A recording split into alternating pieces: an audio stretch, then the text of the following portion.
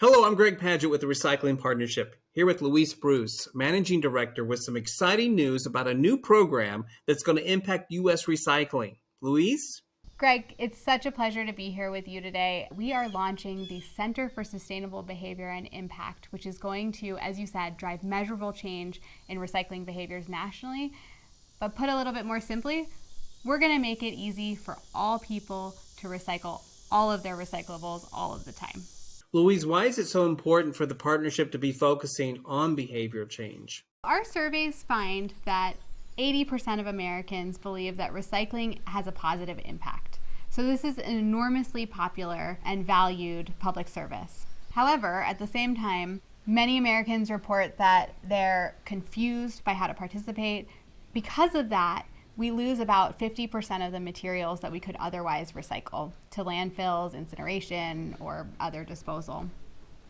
That amounts to 15 million tons. 15 million tons of packaging, glass, plastic, and other materials that we need to drive our circular economy. So what is the impact, though, of 15 million tons? What does that mean for us? If we want to put this in terms of climate impact, if we were to capture those 15 million tons, we would avoid 63 million metric tons of carbon dioxide. If we want to think about this in terms of jobs and the economy, we believe that by putting those 15 million tons in the right bin, we would be able to create somewhere around 17,000 new jobs. Seems like a really big opportunity to make an impact. What will the Recycling Partnership be doing to help advance all this work? This is a place where we can have a really big impact right now. So what are we doing about that?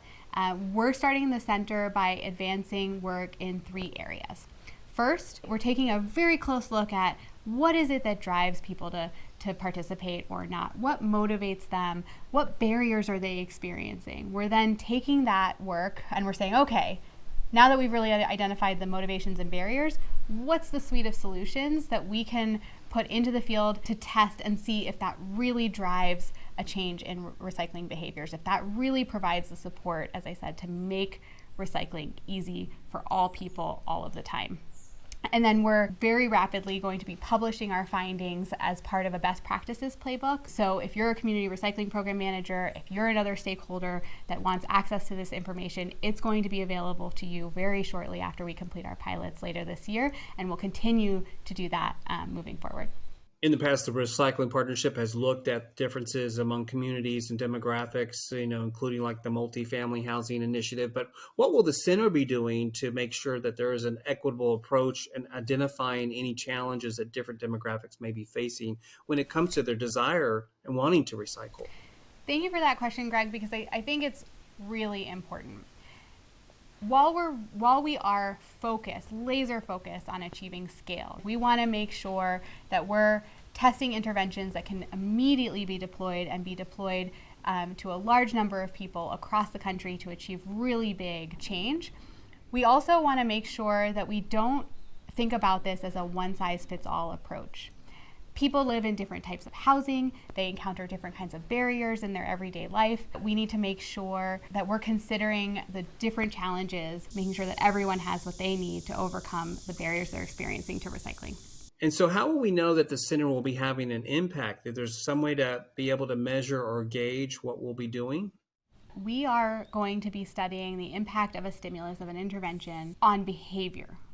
Why is that different? So oftentimes when we develop messaging or interventions, we'll test that in a focus group. We'll look at how many clicks does that get online, and we'll use those as proxy measures of how successful, how impactful that intervention is.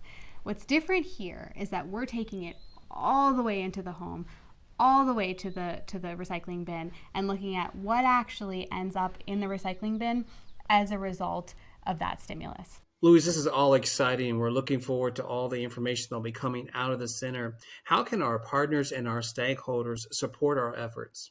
We want everyone involved in the center. If you're a material recovery facility looking to increase participation in your local program, if you're a community recycling program manager designing materials and public engagement programs, if you're an organization that's working to drive forward towards a circular economy, we want to hear from you. We want you at our table. That's exciting. Thank you so much. Louise Bruce, Managing Director of the Center for Sustainable Behavior and Impact. If you'd like to learn more about the center, you can visit our website, recyclingpartnership.org.